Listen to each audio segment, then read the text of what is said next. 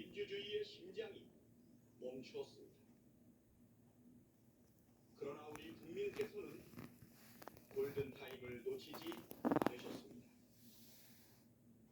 국회 앞으로 한달음에 뛰쳐나와 맨몸으로 계엄군 차량을 막아섰습니다. 국회를 봉쇄한 경찰에 항의하며 국회의원들과 보좌진의 국회 진입을 도왔습니다. 민주주의의 심장이 다시 뛰도록 심폐소생을 해주신 모든 분에게 존경과 감사의 마음 전합니다. 여러분이 민주주의를 살리고 대한민국을 지킨 주역이십니다.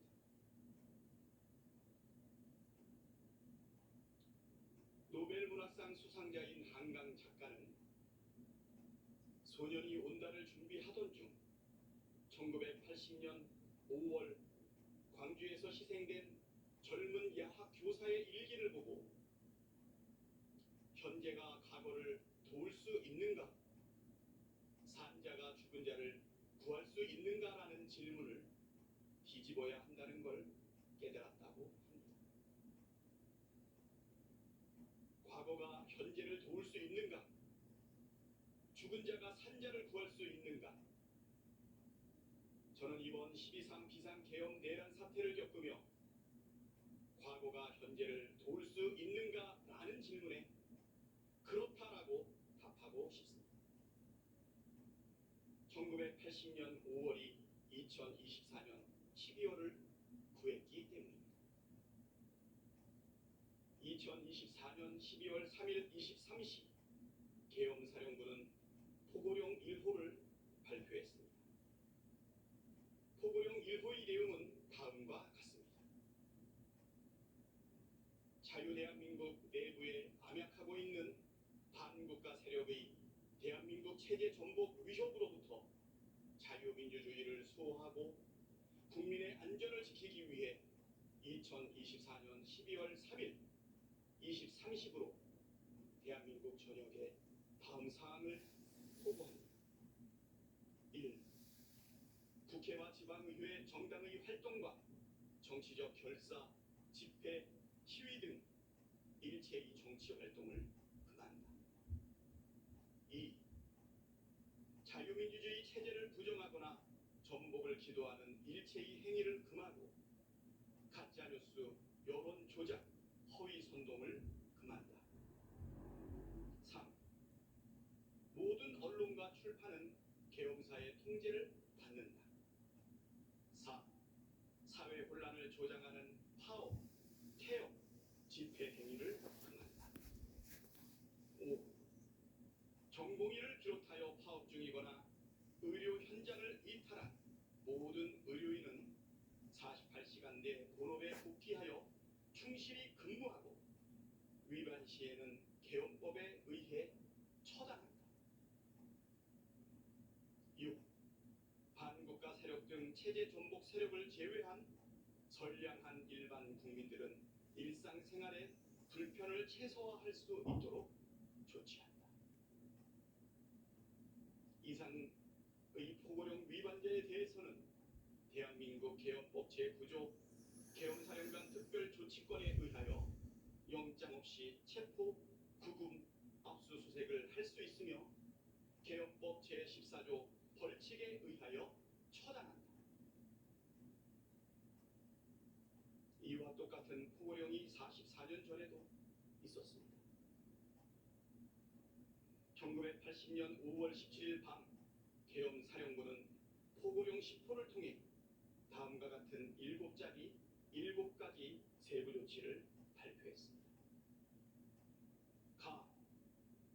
모든 정치활동을 중지하며 정치 목적의 옥내외 집회 및 시위를 일체 금한다. 정치활동 목적이 아닌 옥내외 집회는 신고를 하여야 한다. 단, 관원상제와 의례적인 비정치적 순수 종교 행사의 경우는 예외로 하되 정치적 발언은 일체 불허한다.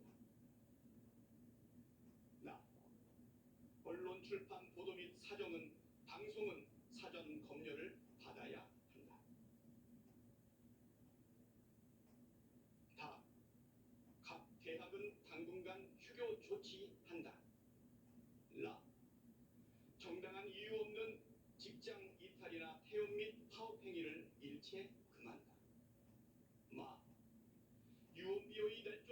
체포를 금한다. 유언비어가 아닐지라도 전현직 국가원수를 모독 비방하는 행위, 국계와 동일 주장 및 용어를 사용 선동하는 행위, 공공집회에서 목적 이외의 선동적 발언 및 질서를 분란시키는 행위는 일체 불허한다. 바, 국민의 일상생활과 정상적 경제활동의 자유는 보장한다. 4. 외국인의 출입국과 국내 여행 등 활동의 자유는 최대한 보장한다. 본 포고를 위반한 자는 영장 없이 체포, 구금, 수색하여 엄중 처단한다. 1980년 5월의 포고령과 2024년 12월의 포고령은 쌍둥이처럼 닮았습니다. 유언비어 날조가 가짜뉴스, 여론조작, 허위 선동으로 대체되었을 뿐 정치 활동을 금지하고 언론 출판을 통제하며 집회와 파업과 태업을 금지하며 위반하면 처단하겠다고 밝히고 있습니다. 12.3 비상계엄 선포 소식을 접했을 때 1980년 광주가 떠올랐습니다. 당시 계엄군은 계엄 포고령 위반을 빌미로 수천 명의 광주 시민들을 체포하고 연행하고 구금했습니다. 심지어 학살도 자행했습니다. 그러나 계엄군이 통제하에 놓인 언론은 광주의 비극을 단 한 글자도 보도하지 못했습니다. 민주주의를 위해 저항하는 광주 시민들은 불운한 폭도로 매도됐습니다. 만일 12월 3일 윤석열의 비상계엄에 분개하여 국회로 뛰쳐나온 시민들이 없었다면, 경찰 공세를 뚫고 국회 담장을 뛰어넘은 국회의원의 숫자가 모자랐다면, 헬기를 타고 국회로 난입한 계엄군이 표결 전에 국회의원들을 끌어냈다면, 계엄군 지휘관들과 군인들이 부당한 명령을 적극 따랐더라면 지금 대한민국은 80년 5월의 광주와 다르지 않았을 것입니다. 국회는 포고령의 근거에 강제 해산되고 국회의원들은 계엄군에 체포되어 어딘지 모를 장소로 구금되었을 것입니다.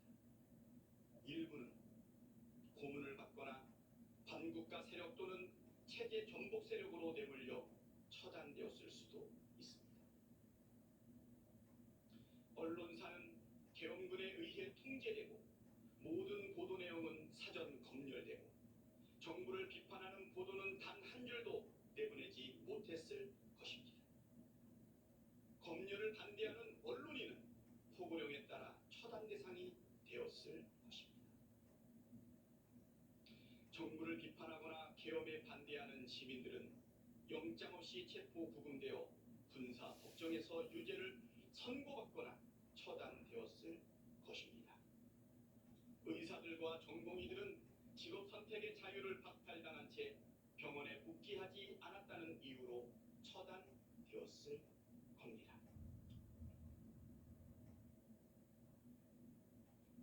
우리가 아는 계엄, 우리가 실제로 겪었던 계엄은 바로 이런 것입니다. 상상만으로도 아찔한 비상계엄이 실제로 선포됐을 때 1980년 5월 광주는 2024년 12월의 우리를 이끌었습니다.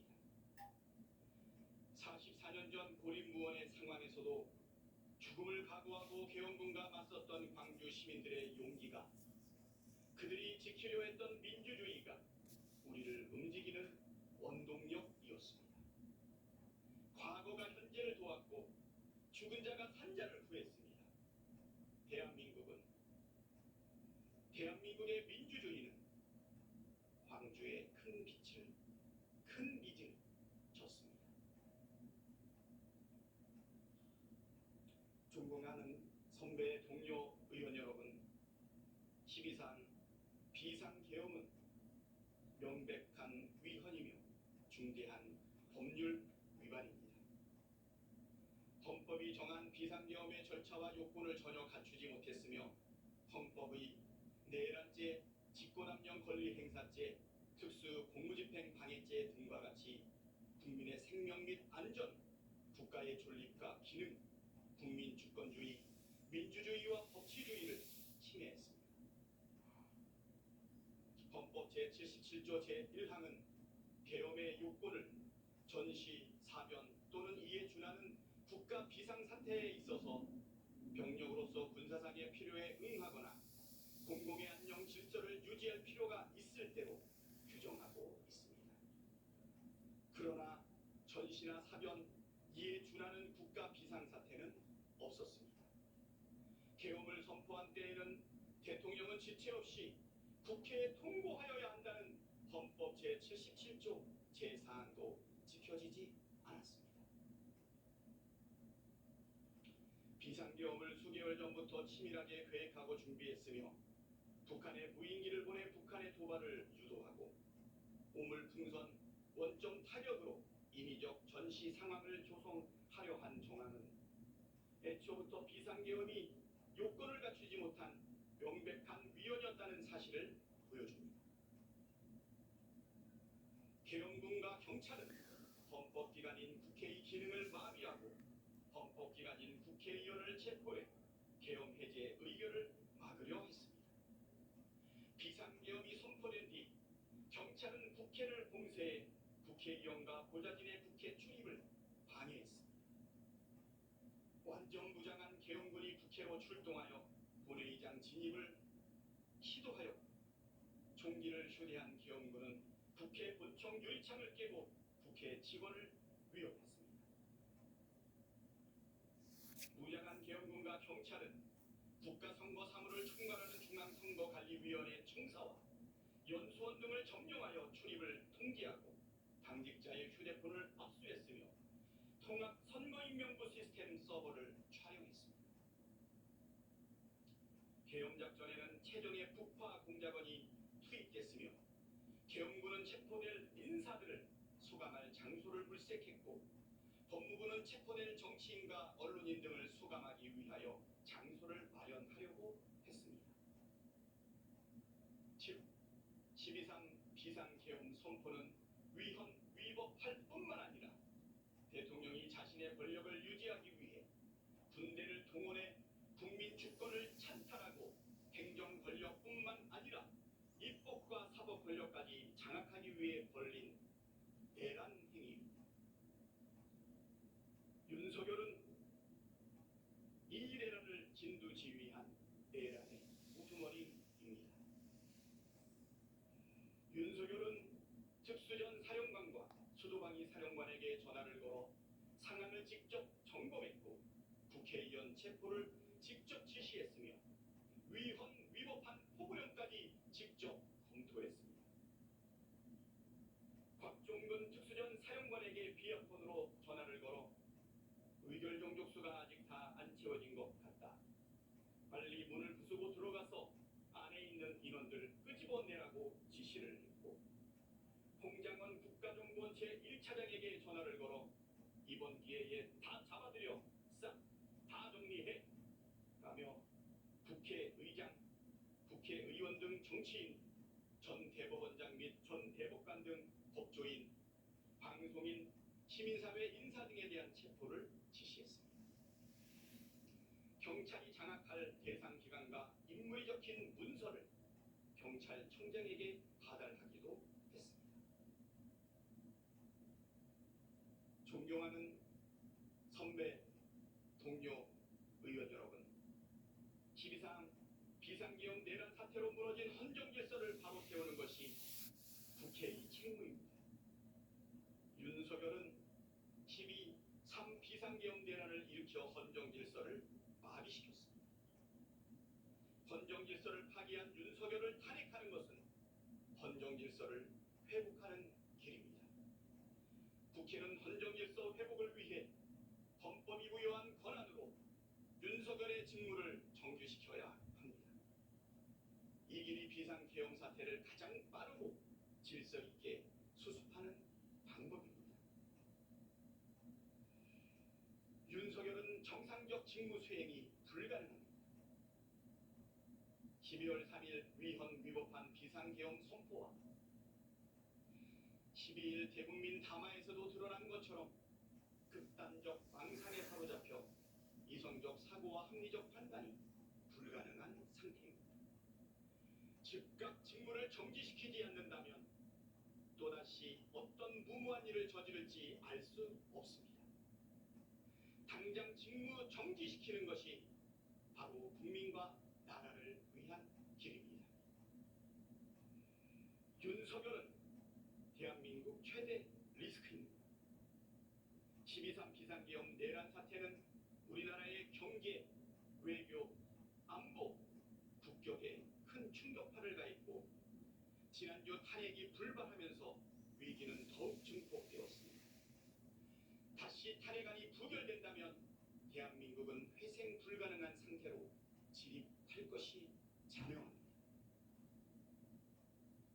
미국을 비롯한 전 세계 자유민주국가들이 대한민국의 헌정질서 파괴와 민주주의 위기에 대해 심각한 우려를 표명하고 있습니다. 탄핵안을 가결함으로써 대한민국의 헌정질서와 민주주의가 정상적으로 작동하고 있음을 전 세계에 보여주어야 합니다. 국민의힘 의원 여러분, 마지막 기회입니다.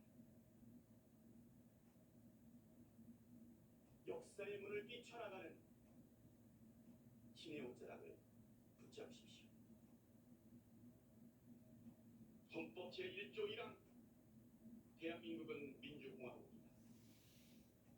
제1조 2항 대한민국의 주권은 국민에게 있고 모든 권력은 국민으로부터 나온다. 헌법 제46조 2항 국회의원은 국가 이익을 우선하여 양심에 따라 직무를 행한다. 민주공화국 대한민국의 일원으로서 국민을 대표하는 국회의원으로서 국가 이익을 우선하여 양심에 따라 찬성 표결을 해주십시오. 국가적 위기 앞에 당리당략을 앞세우는 것은 국민에 대한 반역이자 헌법상 국회의원의 직무를 저버리는 행위입니다. 엄중한 시국의 절박한 심정으로 호소드립니다. 대한민국의 명운이 국회의원 한 분 한 분의 선택에 달려 있습니다. 탄핵에 찬성함으로써 헌정질서를 파괴하는 자는 반드시 단죄받는다는 역사적 교훈을 남겨주시길 호소드립니다. 탄핵에 찬성함으로써 대한민국의 모든 권력은 국민으로부터 나온다는 헌법 정신을 실현해 주시길 호소드립니다. 탄핵에 찬성함으로써 대한민국의 민주주의가 굳건하다는 점을 세계 만방에 보여주시기를 호소드립니다. 맞습니다.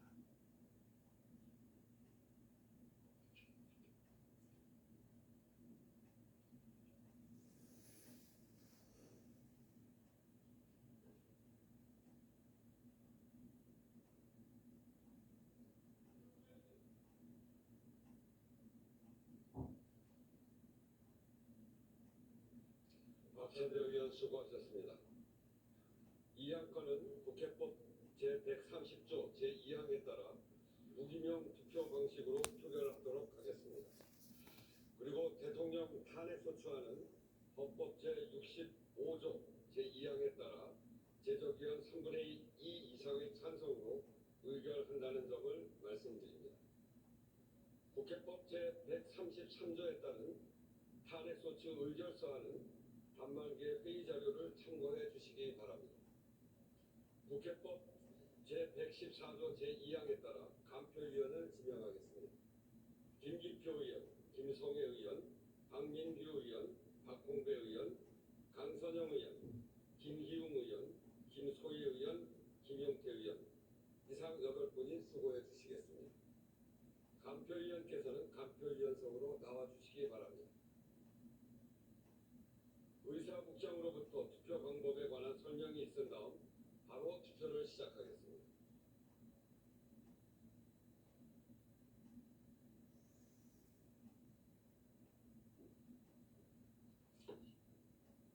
투표 방법에 대하여 설명드리겠습니다.